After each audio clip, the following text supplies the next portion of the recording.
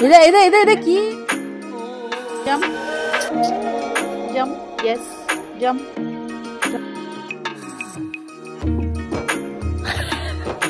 Mini nursery যদি দেখতে যান আয়রাহির বাড়িতে চলে আসুন। নদীর বান্ধবীকে দেখতে পেয়ে গেছে। নদী আগে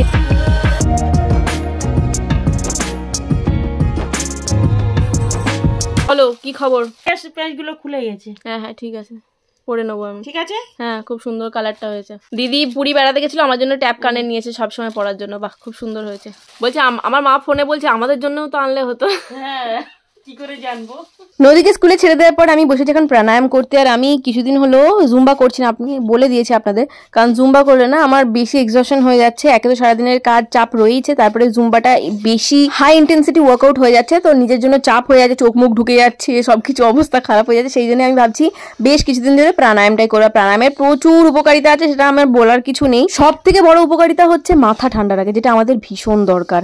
মাথা ঠান্ডা না থাকলে না কিচ্ছু থাকে না, বিশেষ করে সবকিছু ওলট পালট হয়ে যায়। আর আমার মতো শর্ট টেম্পার্ড মানুষদের জন্য এটা কিন্তু বেস্ট।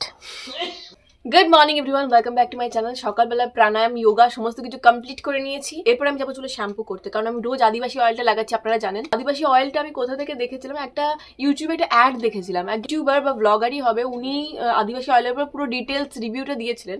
আমি নাম্বারটা বলে দিচ্ছি 9353197143। আবারও বলে দিচ্ছি 9353197143 আদিবাসী অয়েল। এখনই কিনবেন না, আমি বলে দিচ্ছি।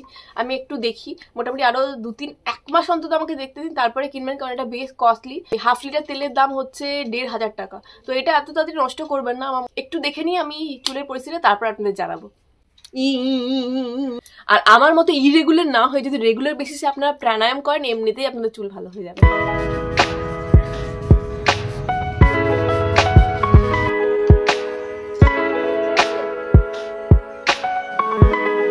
সকালে জল খাবার কি বানাবো এটা চিন্তা করতে করতে দেখলাম যে পুরো মাসকাবাড়িতে না পুরো বস্তা বস্তা চিড়ে এসেছে।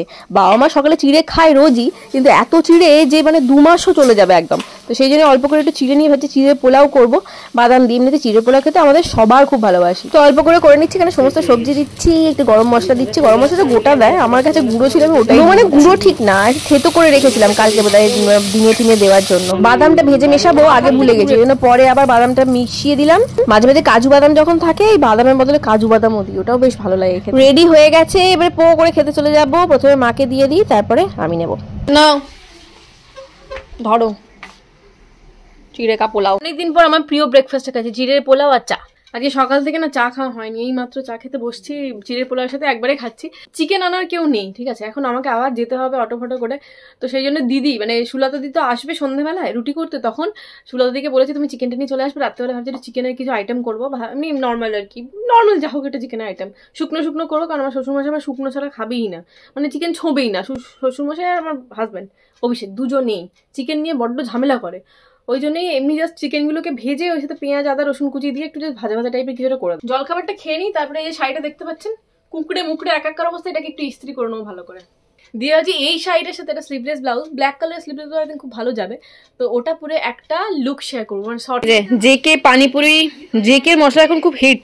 অতনুর রান্নাঘর ইউজ করার পর এটা প্রচন্ড হিট মশলা। যাই হোক জেকেরই এই মশলাটা আমি নিলাম, এটা হচ্ছে পানিপুরি মশলা, মানে ওই বুন্দি ওয়াটার যেটা বানায় না ওর মধ্যে দেয় নাকি, খেতে খুব ভালো লাগে। অনেকদিন ধরে ভাবছিলাম যে বাড়িতে ফুচকা বানাবো, ফুচকার পাঁপড় খেতে কিছুই নেই। আর আমার কাছে বাজার মানে অনলাইন, বেঁচে মুখার্জি কবে সময় হবে আর যাবো কি করবো। ওই জন্য অনলাইনে ফুচকার পাঁপড় থেকে শুরু করে মশলা সমস্ত কিছু অর্ডার করে দিয়েছি। দেখি সোমবারের মধ্যে সব চলে আসবে। তারপর সেটা মাস্ত করে একদম শীতকালে স্পেশাল ফুচকা বানাবো, ধনেপাতা কাঁচা লঙ্কা ছোলা দিয়ে একদম। ফাইনালি আমার ইস্ত্রি করা কমপ্লিট হলো, তবু মনে হচ্ছে না একটু করলে বেশি ভালো হতো। ঠিক আছে চলবে। এই শাড়িটা লাস্ট পরেছিলাম বিয়ের বোধহয় 10-15 দিন পর, মানে পরেই, হ্যাঁ 10-15 দিন পরে আমরা দক্ষিণেশ্বর গেছিলাম সবাই মিলে, তখন এটা পরে গেছিলাম, আমার মনে পড়েছে। সুন্দর পাট করে রেখে দিয়েছি। এটা না ফলস পিকোই করানো হয়নি, এটাই করাতে হবে। বা আমাকে খেতে দিয়েছি। এবার নদীর জন্য আমি এখানে ওয়েট করি, ঠিক আছে, 1/2 ঘন্টার মতো। ভাবলাম যে বসে থাকবো কেন, চিকেনটা তো হবে, পেঁয়াজ আদা রসুনগুলো একটু ছাড়িয়ে রাখি, ছাড়ানো হয়ে গেলে মিক্সিতে বাটতে আর কতক্ষণ। তাই বসে বসে এখানে ছাড়াচ্ছি, নদী এলে নদীকে রিসিভ করে নেবো। আর পেঁয়াজের খোসা ভেজানো জল, সেটা গাছের জন্য ভীষণ উপকার, খোসা ভেজানো জল না হোক, পেঁয়াজের খোসাগুলোকে আমি গাছের ডলায় দিচ্ছি আর কি। তারপরে যখন জল টল দেওয়া হয় এমনিতে পেঁয়াজের খোসাগুলো পচে ওটা তো খুব সুন্দর সার হয় আর গাছে ফুলও ভালো হয়। যখন ব্লগ করতাম না তখন এগুলো খুব করতাম আর গাছে ফুলও ভালো হতো। এখন সময় পাই না সেরকম ভাবে। স্কুল থেকে চলে এসেছে, ওকে খাইয়ে দাইয়ে মা বাবা সবাই এখন ঘুমোচ্ছে, বাট ওকে নিয়ে আমি এখন বেরোবো। একটা কাছে হসপিটাল আছে সেখানে। তো কালকে যে ওর হাতে ক্যালেন্ডারটাই কেটে গেছিল না, ওটা তো অ্যাকচুয়ালি টিন, একটা টেট ব্যাগ নিয়ে রাখতে বলছে সবাই। আমি নদীকে নিয়ে এখন যাচ্ছি, গিয়ে একটা টেট ব্যাগ দিয়ে নিয়ে চলে আসি একবারে। শুধু শুধু টেনশন রেখে কোনো লাভ নেই, পরে যদি কোনো প্রবলেম হয়। টিনের বাটিতে করে পেঁয়াজ, আদা, রসুন, টমেটো সব নিয়ে রেখেছি মাংস রান্না করবো বলে।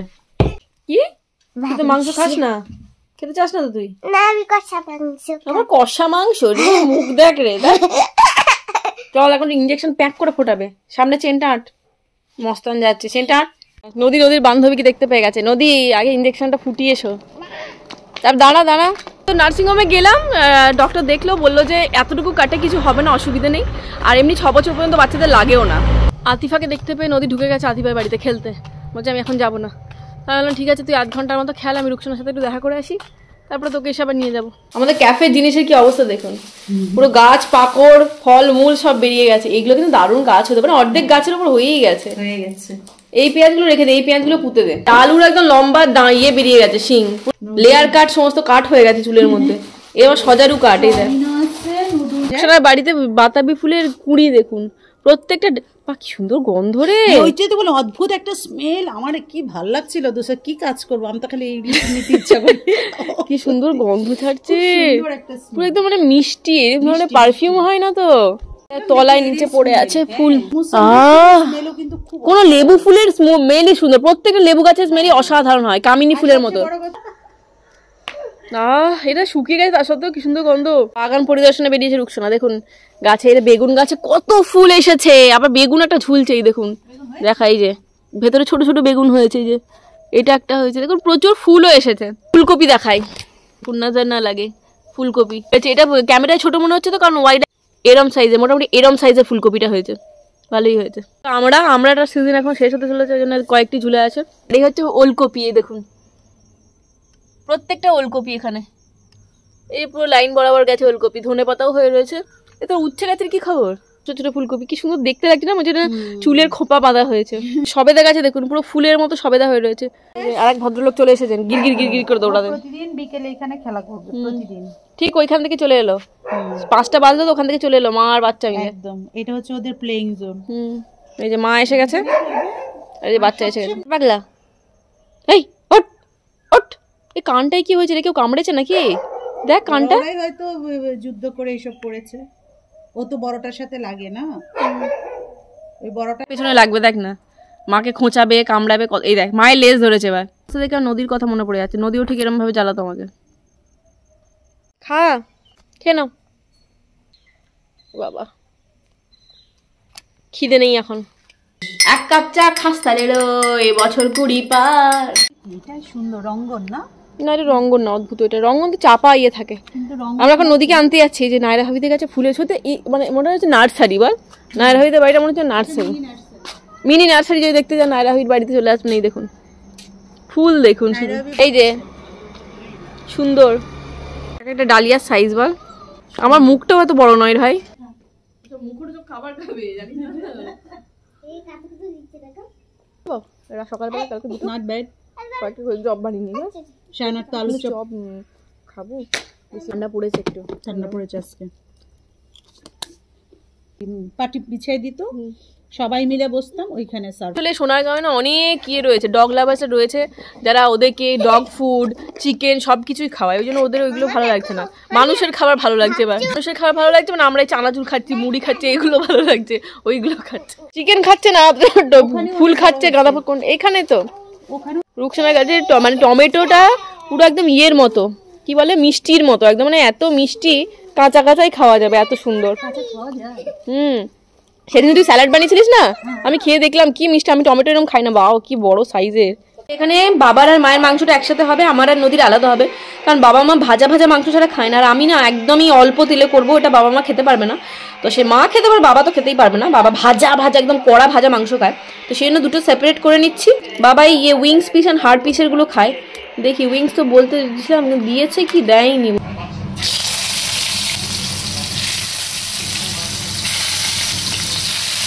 আমার চিকেনের জন্য এখানে সমস্ত মশলা মানে আদা রসুন পেঁয়াজ কাঁচা লঙ্কা ধনেপাতা টমেটো মিক্স করে ওইটা ম্যারিনেট করে রেখে দিয়েছি। আর এখানে বাবা মায়ের জন্য যে চিকেনটা বানাচ্ছি এর জন্য পেঁয়াজ ভাজতে দিয়েছি। আর এদিকে দেখুন ম্যারিনেশনের হাফ জিনিস দিয়ে দিয়েছি আমার চিকেনের জন্য। এরপর একটু গোটা পেঁয়াজ কুচি দিয়ে দেবো, ধনে গুঁড়ো, জিরে গুঁড়ো, গরম মশলা গুঁড়ো, তারপরে অল্প একটু টক দই দেবো, নুন দেবো, চিনি তো একদমই দেবো না অবশ্যই, অল্প একটু কসুরি মেথিও দেবো। টক দই দিলেই কিন্তু মানে টেস্টটা অনেকটা বেটার হয়ে যায় যদি আপনি একদম কম তেলে চিকেন রান্না করেন। এই দেখুন জাস্ট 1 চামচ তেল দিয়েছি, আর আমি তেল দেবোই না। এই যে দইটা দিয়ে দিলাম, এবার ভালো করে ম্যারিনেট করবো, মানে হাতে করে পুরো চটকে চটকে যাতে পুরো মশলাটা ভালো করে চিকেনের মধ্যে ঢুকে যায়। আর মোটামুটি আধ ঘন্টার মতো আমি এটা ম্যারিনেট করে মানে চাপা দিয়ে রেখে দেবো। আর কিন্তু এর মধ্যে 1 ফোঁটাও তেল দেবো না, জাস্ট সিমে হবে, ঢাকা দেবো, খুলবো, দিয়ে রান্না করব। আর বাবা মায়েরটা জাস্ট শুধু পেঁয়াজ টমেটো আদা রসুনের পেস্ট দিয়ে একদম ভাজা ভাজা করে দেবো চিকেনটা। অল্প একটু ঢাকা ঢাকা দিয়ে একটু রান্না করবেন, দেখবেন বেশ সুন্দর একটা টেক্সচার চলে আসে। আর লাস্টে অল্প একটু গরম মশলা দিয়ে দেবো আর কসুরি মেথিও দিয়ে দেবো, বেশ অন্যরকম একটা ফ্লেভারফুল আসবে। এই দেখুন আমি ঢাকাটা তুলছি, দেখুন পুরো একদম কালো কালো পুরো ভুনা চিকেন ভুনার মতো হয়ে গেছে। এত সুন্দর টেস্টি হয়েছিল, দেখেই লোভ লাগছিল, কিন্তু এত তেল আমি খাবো না ডেফিনেটলি।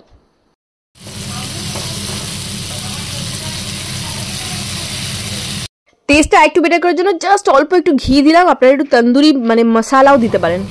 চিকেনের ফাইনাল লুকটা একবার দেখে দিই। এটা হলো বাবা মায়ের জন্য এই ভাজা চিকেনটা, পুরো একদম কালো কালো চিকেন হয়ে গেছে। এটা হলো আমার তেল ছাড়া মানে মশলা ছাড়া বলবো না, কিছু তেল ছাড়া চিকেন, ঠিক আছে। তো এটাও খেতে মোটামুটি ভালোই হয়েছে। আর ডায়েট চিকেন, ঠিক আছে, চিকেনটা দেখুন দেখতে যথেষ্ট সুন্দর হয়েছে কিন্তু তেল ছাড়া। এটা প্রচন্ড হেলদি কিন্তু টেস্টিও, ঠিক আছে। দুটো রুটি আর সঙ্গে পেঁয়াজ নিয়ে কচর মচর করে খেয়ে নেবো এখন। দেখি আমার বারান্দায় সুন্দর ওয়ার্ম লাইট লেগে গেছে, বাহ, হ্যাঁ লাইটের জোর আছে। আবার ওইটা ধরে তুলে দাও, আচ্ছা ঠিক আছে। আমার নদীরানী ঘুমিয়ে পড়েছে হ্যাঁ করে। মিস্টার মুখার্জি আজকে কটক থেকে ফিরছে, তো ও বাসে করেই ফিরছে। আর বাসে করে নাকি ও জার্নিটা বেশি কমফোর্টেবল লাগে। তো আস্তে আস্তে ওর আমার গাড়ি মানে ভলভো বাসেরই ওই টায়ার নাকি পাংচার হয়ে গেছে, তো সেখানে কিছুটা টাইম লেগেছে। এখনো একটু আগে ফোন করেছিলাম, বলো ঠিক করছে, তো এখন মনে হয় গাড়ি স্টার্ট করে দিয়েছে। তো কালকে পৌঁছতে মেবি একটু দেরি হবে, যত টাইমে পৌঁছতে কথা হয়তো 7টার সময় হয়তো 7টার সময় পৌঁছতে, আর তার জায়গায় 8টার সময় পৌঁছাবে। আজকে একটা সুন্দর দিন গেল, কালকে আবার একটা নতুন ব্লগের সাথে দেখা হচ্ছে। আর কালকে ভাবছি যে ধোকা মিক্সটা এনেছি না, ধোকা মিক্সটা বানাবো, দেখি কেমন হয়। ভালো থাকবেন, সুস্থ থাকবেন, সবাইকে ভালো রাখবেন। দেখা হচ্ছে next blog. Till then tata bye bye, love you, good night.